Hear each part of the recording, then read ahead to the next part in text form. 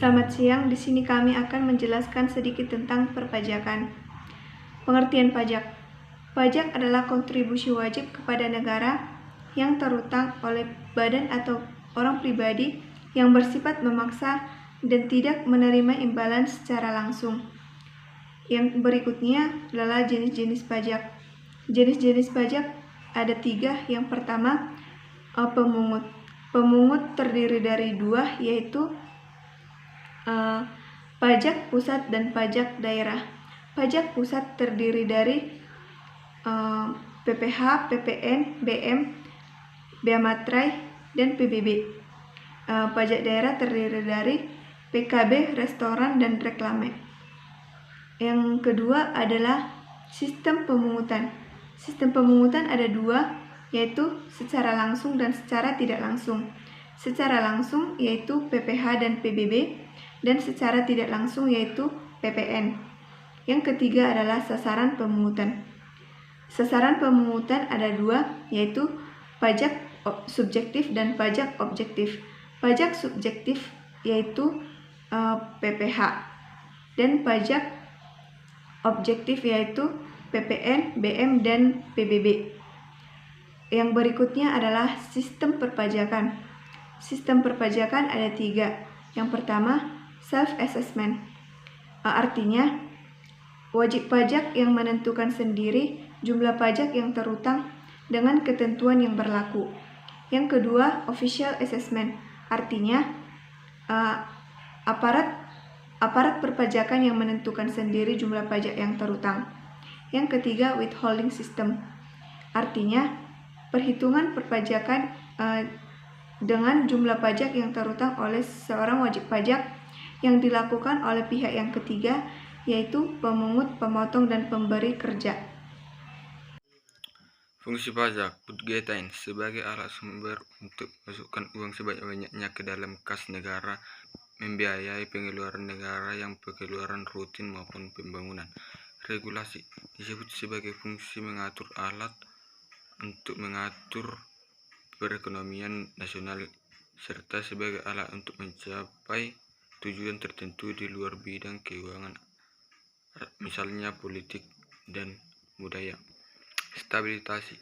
Dengan adanya pajak, pemerintahan memiliki dana untuk menjalankan kebijakan yang berhubungan dengan stabilitas hingga inflasi yang dikendalikan. Hal ini bisa dilakukan antara lain dengan penjalanan pengaturan peredaran uang di masyarakat, pemungutan pajak, penggunaan pajak yang efektif dan efisien, redistribusi pendapatan. Pajak yang sudah dipungut oleh negara dari orang-orang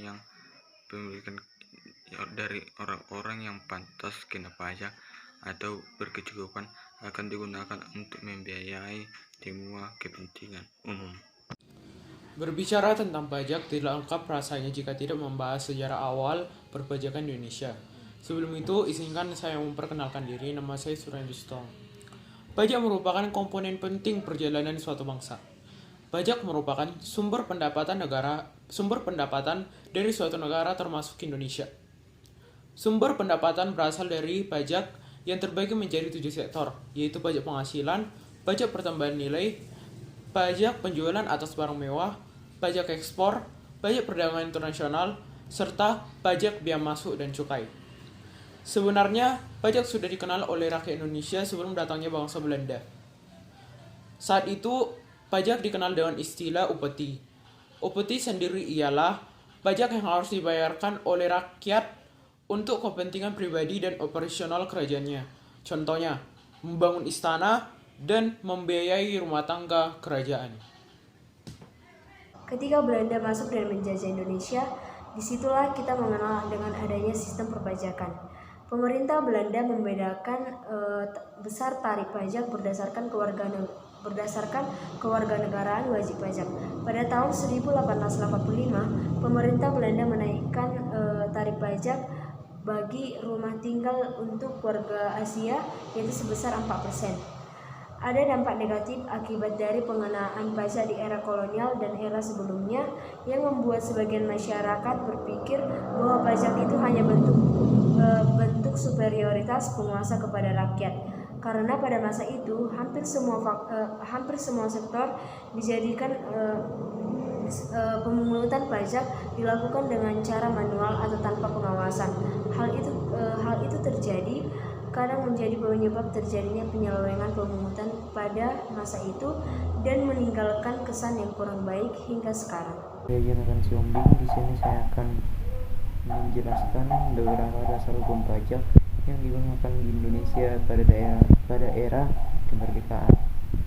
Yang pertama adalah Undang-Undang Ketentuan Umum dan Tata Cara Perpajakan yang diatur dalam Undang-Undang Nomor 6 Tahun 1983 dan diperbarui oleh Undang-Undang Nomor 16 Tahun 2000. Yang kedua, Undang-Undang Pajak Penghasilan atau PPH yang diatur dalam Undang-Undang Nomor 7 Tahun 1983 dan diperbarui oleh Undang-Undang Nomor 17 Tahun 2000. Yang ketiga, Undang-Undang Pajak Pertambahan Nilai dan Pajak Penjualan yang diatur oleh Undang-Undang Nomor 8 Tahun 1983 yang diganti menjadi Undang-Undang Nomor 18 Tahun 2000.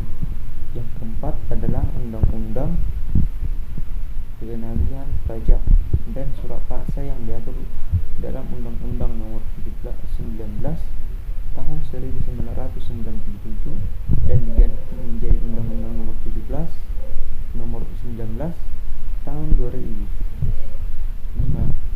Undang-Undang Pengadilan Pajak yang diatur dalam Undang-Undang Nomor 14 Tahun 2002. Itulah sejarah singkat perpajakan yang ada di Indonesia sejak zaman pra-kolonial hingga sampai era kemerdekaan. Saya Arnita Pasaribu.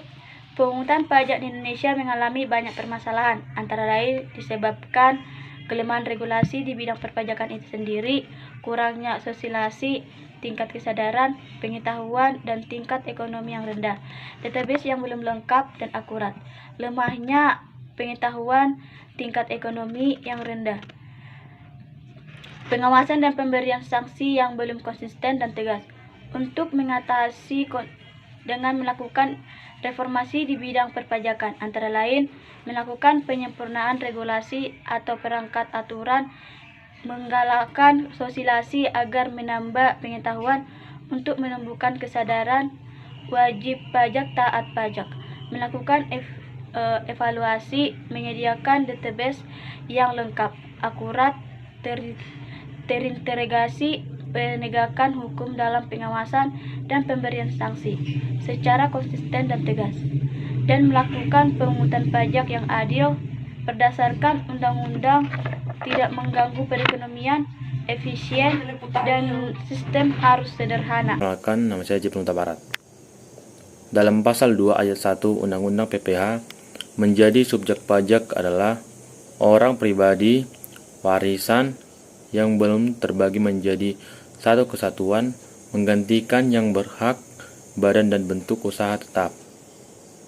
Badan dalam penjelasan pasal 2 ayat 1 Undang-Undang PPH adalah sekumpulan orang dan atau modal yang merupakan kesatuan, baik yang melakukan usaha maupun yang tidak melakukan usaha, yang meliputi perseroan terbatas, perseroan komanditer, perseroan lainnya, badan usaha milik negara atau badan usaha milik daerah dengan nama dan dalam bentuk apapun, firma, kongsi, koperasi, dana pensiun, dan persekutuan perkumpulan, yayasan, organisasi, massa, organisasi sosial politik, atau organisasi lainnya, lembaga dan bentuk badan lainnya, termasuk kontrak investasi, kolektif, dan bentuk usaha tetap. Nama saya Dinda Elizabeth Namaban. Perusahaan Daerah Air Minum atau PDAM adalah salah satu contoh dari badan usaha milik daerah.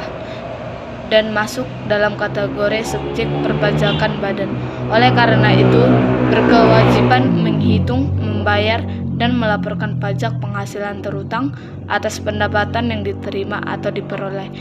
Lalu, apa saja dan bagaimana aspek perpajakan dalam badan yang bernama PDAM. Proses bisnis PDAM. PDAM merupakan salah satu contoh badan usaha milik daerah atau BUMD, yaitu perusahaan daerah yang bergerak di bidang distribusi air bersih bagi masyarakat.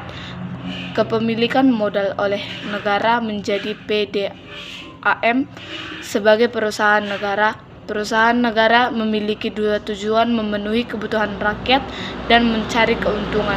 Di samping peran PDAM sebagai sumber pendapatan daerah melalui pengolahan aset negara bagi kepentingan umum, tetapi juga bertoleransi pada keuntungan, yaitu dalam perjualan air sehingga dapat memberi pendapatan bagi negara.